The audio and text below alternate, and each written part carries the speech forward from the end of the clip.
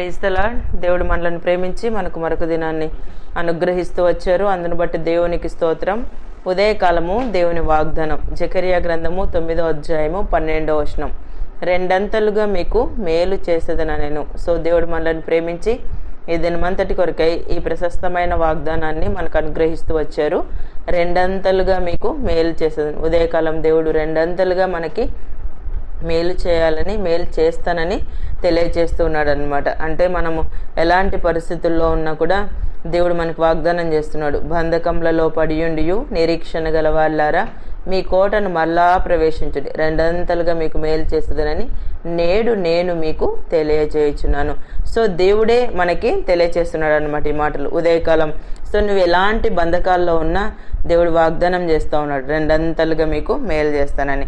Ezra గ్రంథము 8వ అధ్యాయం 22వ వచనం చదివినట్లయితే, మేలు కలగజేయుటకై ఆయనను ఆశ్రయించు వారందరికీ మా దేవుని హస్తము తోడుగా ఉండును. చూసారా, మేలు కలగజేయుటకై ఆయనను ఆశ్రయించు వారందరికీ. అంటే ఎప్పుడైతే మనము దేవుని ఆశ్రయిస్తామో, దేవుని ఆశ్రయించు వారందరికీ కూడా దేవుడు మేలు చేస్తాడు.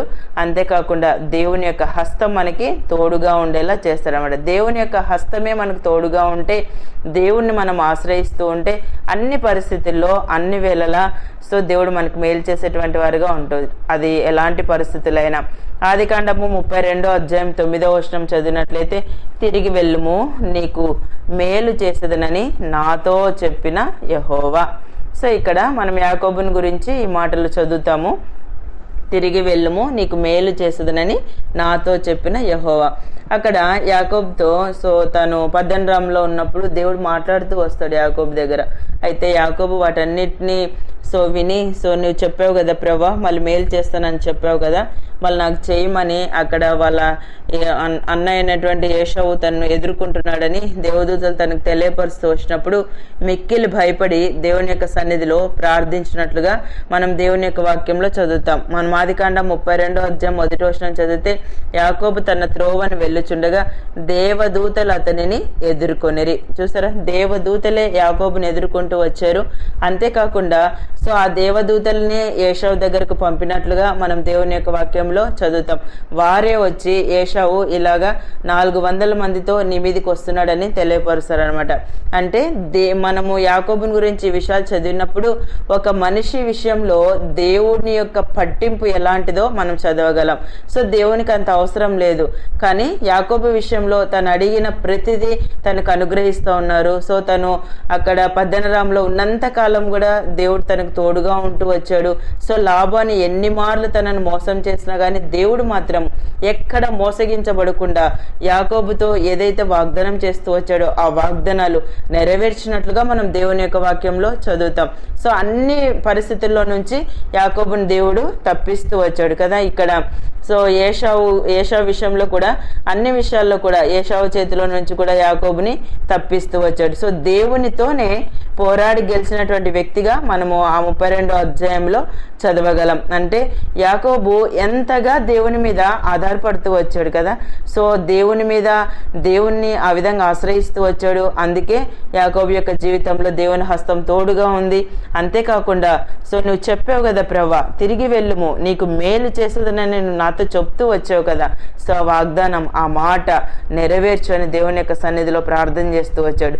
సో అలాగనే దేవుడు తన జీవితంలో నెరవేరుస్తూ వచ్చాడు. ఉదయకాలం నీకు ఇచ్చిన వాగ్దానాలు నీవు నీ స్వంతం చేసుకుంటున్నావా, వాటిని స్వతంత్రించుకుంటున్నావా? సో అబ్రహాం వాటిని స్వతంత్రించుకొని వాటి ద్వారా సో మేలు పొందుతూ వచ్చాడు. సో ఉదయకాలము నీకున్న పరిస్థితి అది ఏదైనా, అది కష్టమైనా, ఇబ్బంది అయినా, అనారోగ్యమైనా, చెప్పుకోలేని సమస్య అయినా, ఉదయకాలం సో ఎన్నో పరిస్థితుల గుండా నువ్వు వెళ్తూ ఉండవచ్చు. సో ఈ మనిషి యొక్క జీవితమే శ్రమలు కదా, ఈ మనిషి యొక్క జీవితమే కష్టం, ఈ జీవితమే మనకు ఒక ముళ్ళబాట. ఇలాంటి పరిస్థితుల్లో నువ్వు ఉదయకాలము సమాధానం లేకున్నావా? నా జీవితంలో ఎప్పుడు మేలు జరుగుతుందని నువ్వు ఆలోచిస్తున్నావా? ఇంకెంతకాలం ఈ పరిస్థితుల గుండా నేను వెళ్ళాలని నువ్వు ఏడుస్తున్నావా? ఉదయకాలం నీవు ఉన్న చోటనే నువ్వు కూర్చుండి ఏడుస్తున్నావేమో, దుఃఖపడుతున్నావేమో, ఆలోచిస్తూ భయపడుతూ ఉన్నావేమో జీవితం ఏంటని. ఉదయకాలం దేవుని జ్ఞాపకం చేస్తున్నాడు, రెండంతలుగా మీకు మేలు చేసేదనని. సో మన దేవుడు మనకి మేలు చేయుటకై ఆయన ఆశ్రయించి వారందరికీ సో దేవుడు దేవుని హస్తం దేవుడు తోడుగా ఉండేలా చేస్తాడు. యాకోబు జీవితంలో చేసినట్లుగా సో మన జీవితంలో కూడా అన్ని పరిస్థితుల్లో దేవుడు మనకి మేలు చేసేటువంటి వారిగా ఉంటారు. ఎప్పుడైతే మనం దేవుని ఆశ్రయిస్తామో సో దేవుని హస్తం సో మనము ఆయన తోడుగా మనకు ఉండనిచ్చి అన్ని విధాల మేలు చేసేటువంటి వారుగా ఉంటారు. ఉదయకాలం దేవుడు మనకు అనుగ్రహించిన ప్రశస్తమైన వాగ్దానం మన జీవితానికి అన్వయించుకొని ముందుకు కొనసాగినట్లు ప్రభు మనందరికీ సహాయం చేయనుగాక. ప్రార్థన చేసుకుందాం. ప్రియమైన తండ్రి, మీకు వందనాలు. యేసయ్య, మమ్మల్ని ప్రేమించి మాకు అనుగ్రహించిన ఈ శ్రేష్టమైన వాగ్దానాన్ని బట్టి స్తుతిస్తున్నాను ప్రభా. రెండంతలుగా మీకు మేలు చేస్తుందని సెలవిచ్చారు. ఉదయకాలం నిత్య జీవపు మాటలు వింటున్న మీ ప్రజలందరినీ కూడా జ్ఞాపకం చేసుకునండి.